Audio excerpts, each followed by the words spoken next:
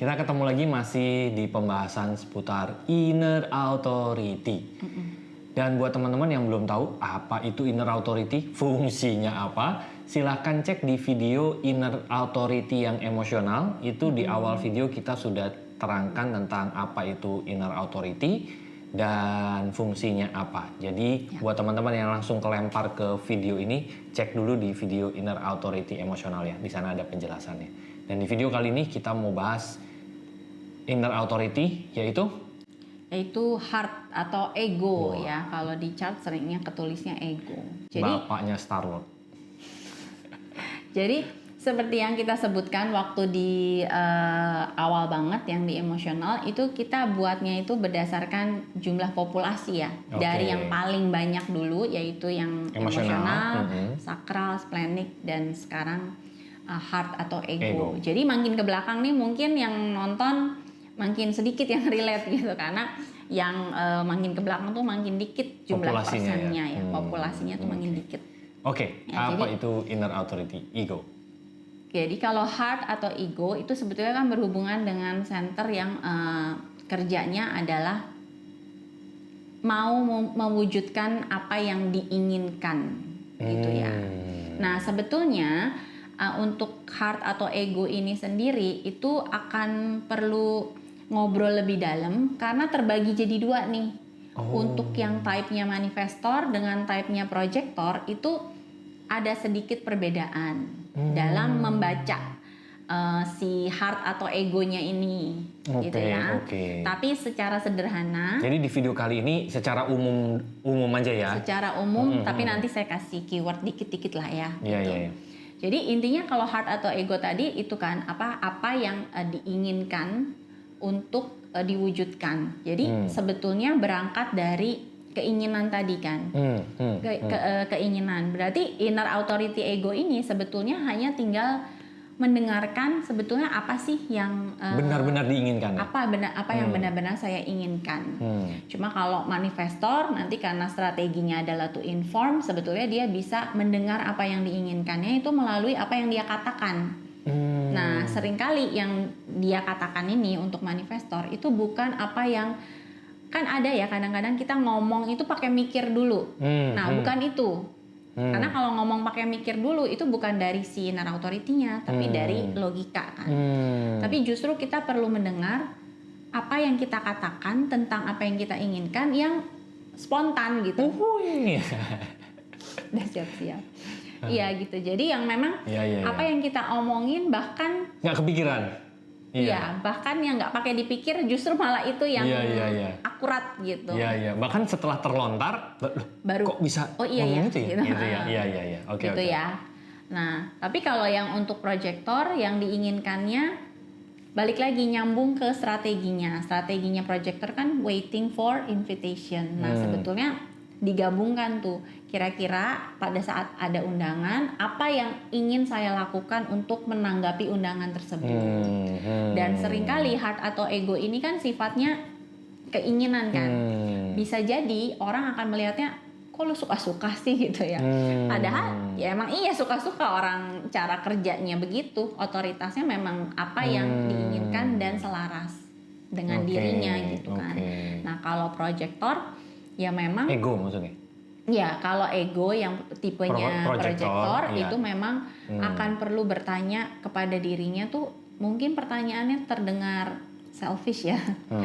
Yang saya mau apa gitu kan? Apa yang membuat saya tuh betul-betul bisa enjoy dan menikmati gitu kan. Dan memang itulah yang akan paling selaras untuk diambil atau diputuskan gitu ya. Jadi pokoknya heart dan ego ini berhubungan dengan keinginan, cuma nanti tergantung type-nya manifestor atau projector akan ada treatment yang berbeda yang perlu dipahami juga intinya gitu ya. Berarti secara kesimpulan kalau ego yang manifestor dia perlu melihat, menyadari perkataan-perkataan yang spontan tadi itu ya. Itu adalah bentuk-bentuk manifestasi keinginan dari hatinya, dari dalam hatinya. Sedangkan kalau ego yang projector, dia benar-benar perlu tahu pada saat dia terima undangan ini benar-benar sesuatu yang saya ingin untuk lakukan atau tidak, begitu ya kurang lebih ya. Betul. Oke. Sesuatu yang saya ingin lakukan atau tidak, membuat saya happy atau enggak gitu ya. Ya, itu. Enak ya jadi ego ini ya sebetulnya ya. Enak. Cuma kan ya itu hanya sedikit kan, hanya sedikit orang. Karena bayangkan kalau kayaknya ini dominan, kan semua itu jadi nggak imbang ya gitu ya. Makanya selalu ada ketepatan. Kenapa sih orang tertentu ini diberikan inner authority yang ego? Sebetulnya karena nanti di rancangan dirinya akan ada filter yang menyaring. Jadi egonya itu bukan sekedar ego yang maunya sendiri gitu ya. Tapi akan ada hal-hal yang menyaring sehingga yang keluar itu adalah ego yang murni. Gitu. Bukan ego yang karena not self gitu ya, bukan ego karena shadow, tapi ego yang memang murni, dan ego itu sebetulnya kan juga bagian dari diri kita gitu kan.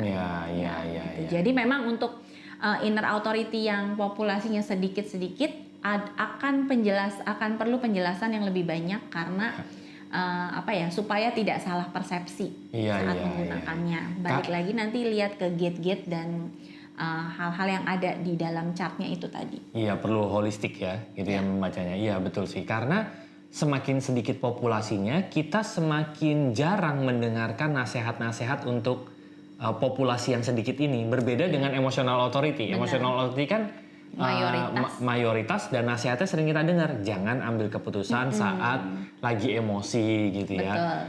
Kalau ini kan jarang ya, ambil keputusan berdasarkan keinginan gitu. Terus yang berdasarkan kata kalimat yang keluar tapi tidak disadari gitu, kayaknya belum pernah mendengar ya, karena memang ini nasihat untuk populasi yang sedikit sebetulnya.